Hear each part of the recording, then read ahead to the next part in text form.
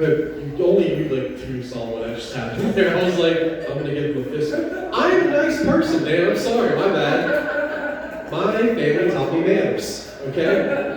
You were just like, fuck this guy, he's driven all this way, piece of shit. Anyway, I'm gonna shake his hand. Oh, I'm sorry. No, get away. Let's calm down. I'm sorry.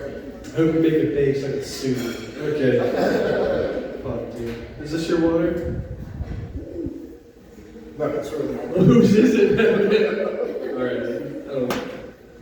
There was a water. That started off terribly. I was really excited to be here, but I've been staring at these horses for a hot minute. I don't know how you guys are even paying attention to us. What's up? Which one? Never mind. You were just letting intrusive thoughts win for a second. Picture the horse is fucking. That's I'm gonna tell you, I just made the set worse to start off. Okay, fuck.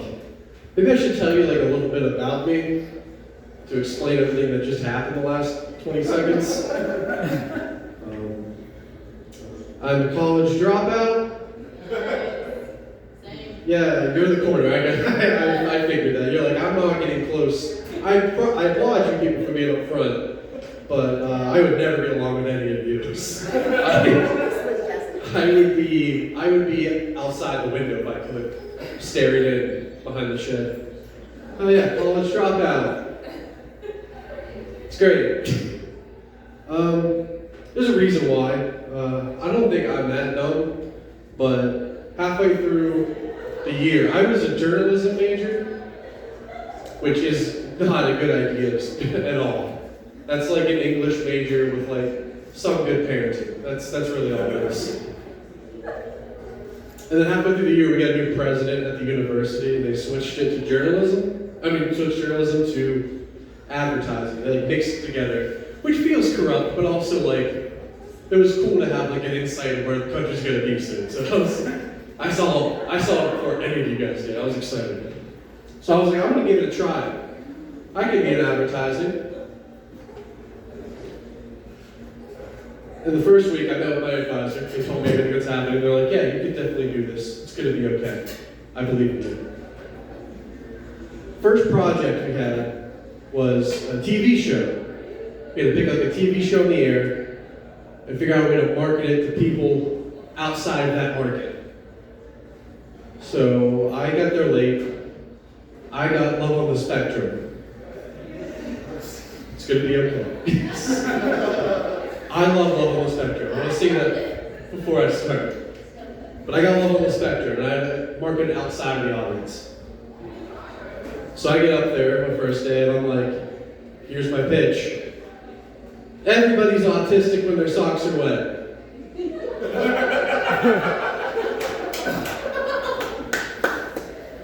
I wish you guys were in the room. They didn't like it.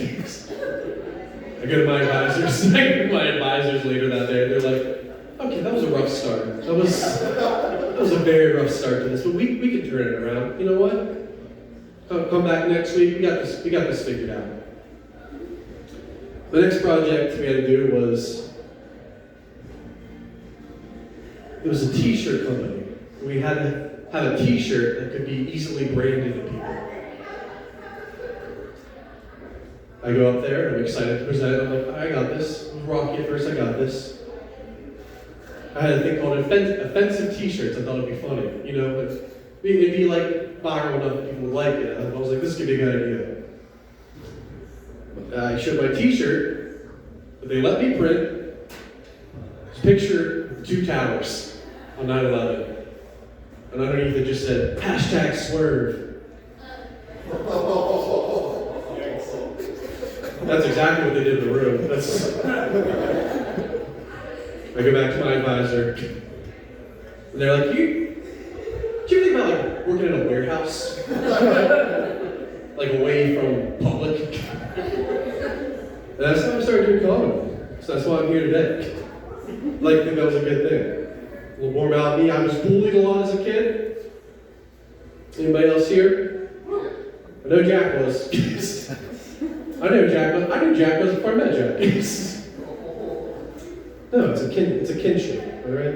It's bullied a lot. I grew up in a small town in West Virginia, which is like most towns, I guess. I don't know why it's redundant.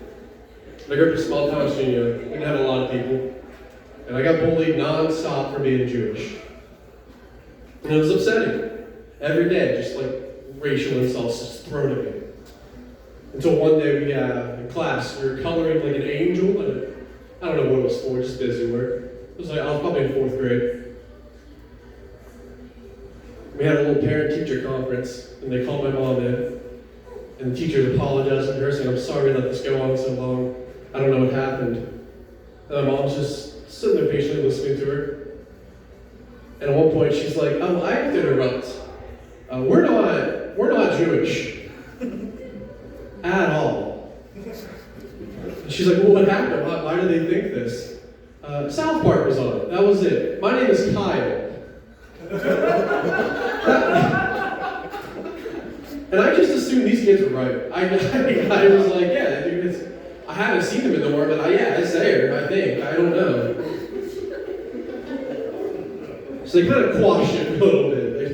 The teachers had like a mandate out for me, like, you can't make fun of Kyle for being Jewish. I don't know if this is offensive to him or not, but you can't do it anymore. So for a couple of years, they kind of stopped doing it. As until 7th grade, where we read the book. In my class, I always remember this. It was Miss Keller's class, 7th grade. We're reading Diary of Anne Frank.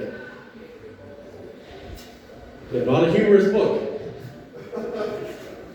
Unless you're in 7th grade, there's a reason 7th graders can't vote. Okay? They're not people yet. So they're making funny, like Steiner marks in the back, because that's how children are. My teacher's trying to set in the importance of this historical book. She's like, hey, you can't do this. You can't do this. Now, she wasn't at the parent-teacher conference.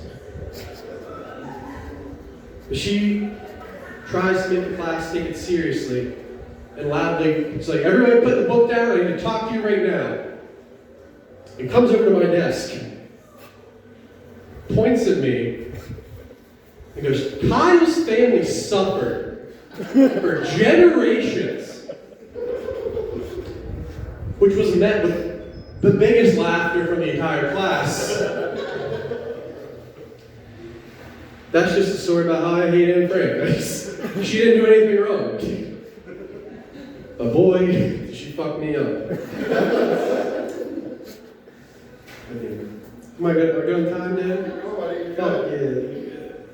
Sorry, I want to be.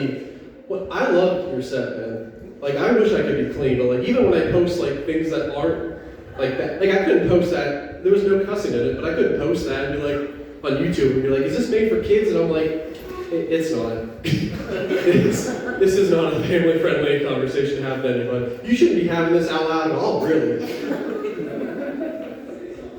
You should be in a warehouse. I like warehouse jobs. Alright, I did for a long time. It's not that bad. So, childhood was tough.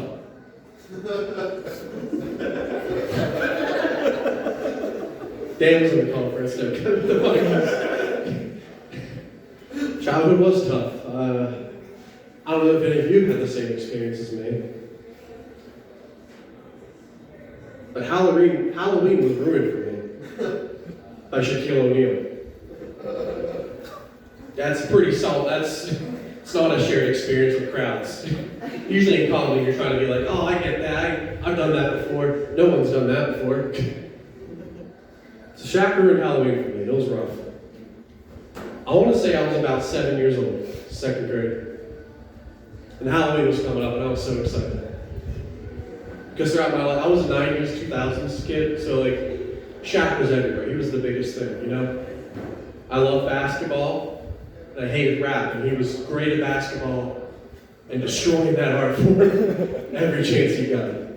To this day, I still watch Kazam every year. It's a bad movie. It's not a good movie, but I love that man, and I'll watch it just to see him. So Halloween was coming up, and I was so excited, because I get to be my man for Halloween. I had the whole uniform.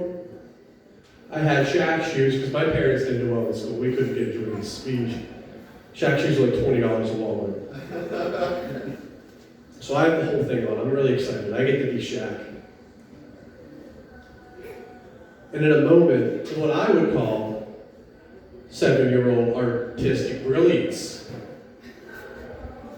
I thought, hey, my mom has makeup in her bedroom.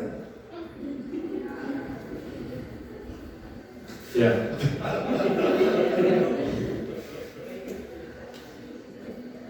So I come downstairs to this look on my dad's face.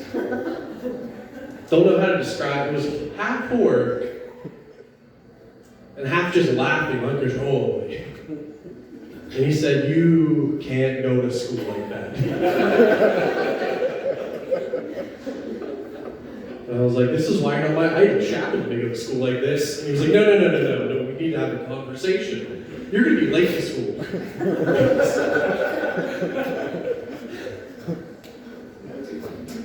I don't know how old you guys were when you learned about the term blackface. Probably wasn't when you were 7.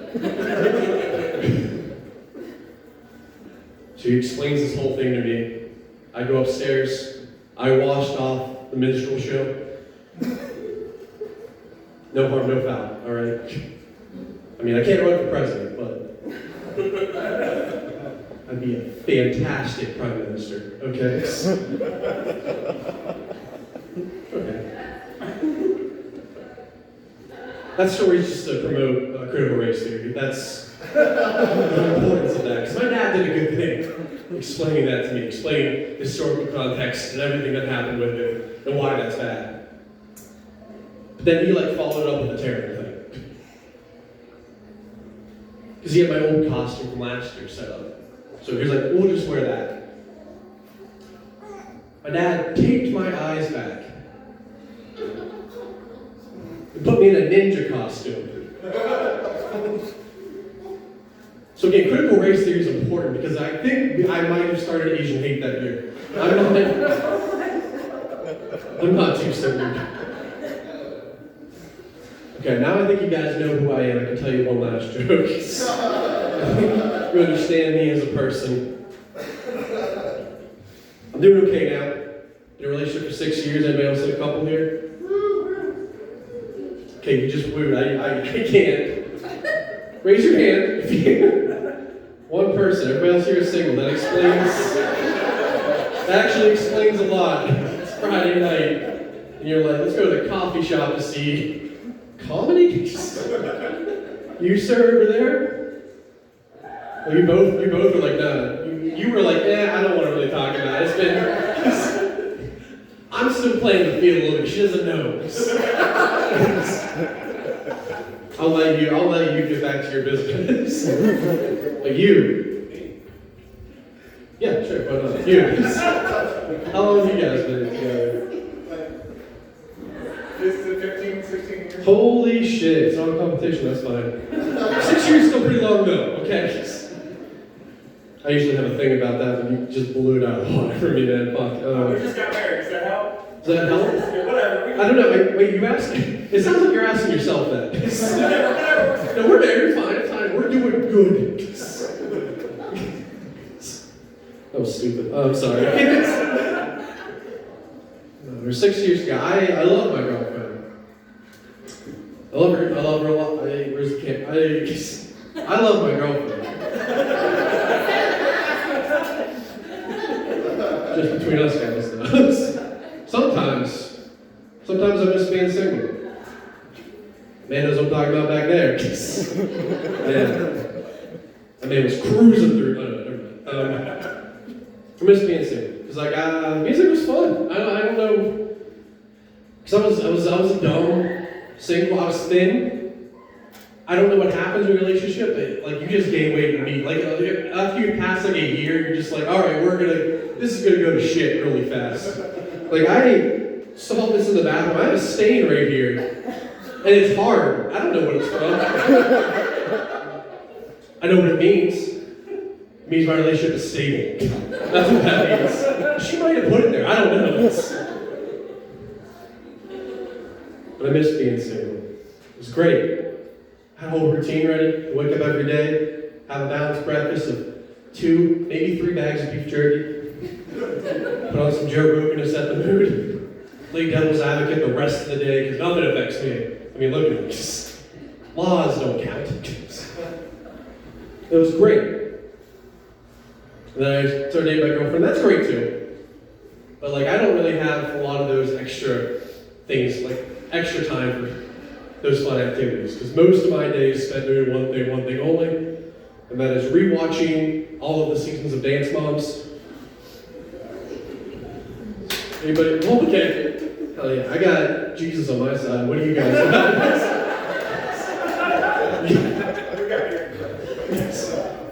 I know where I'm going, Dance Moms. All right. So you love Dance Moms? All right. This joke is for her. I don't care about you guys. You guys, go look at those horses. I don't care.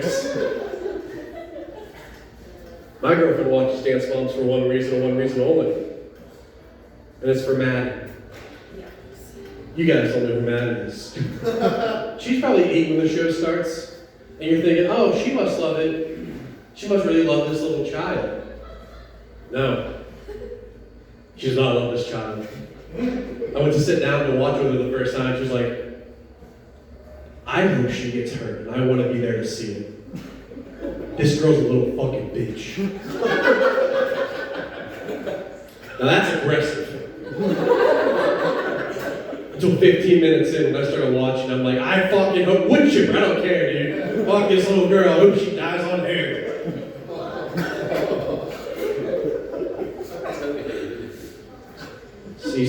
Season 2, episode 17. My girlfriend gets her wish. I don't. She's not doing it. Maddie goes to do like this handstand thing, falls, misses her landing, breaks her ankle. And I look over at my girlfriend. And it's the same face she makes when she comes.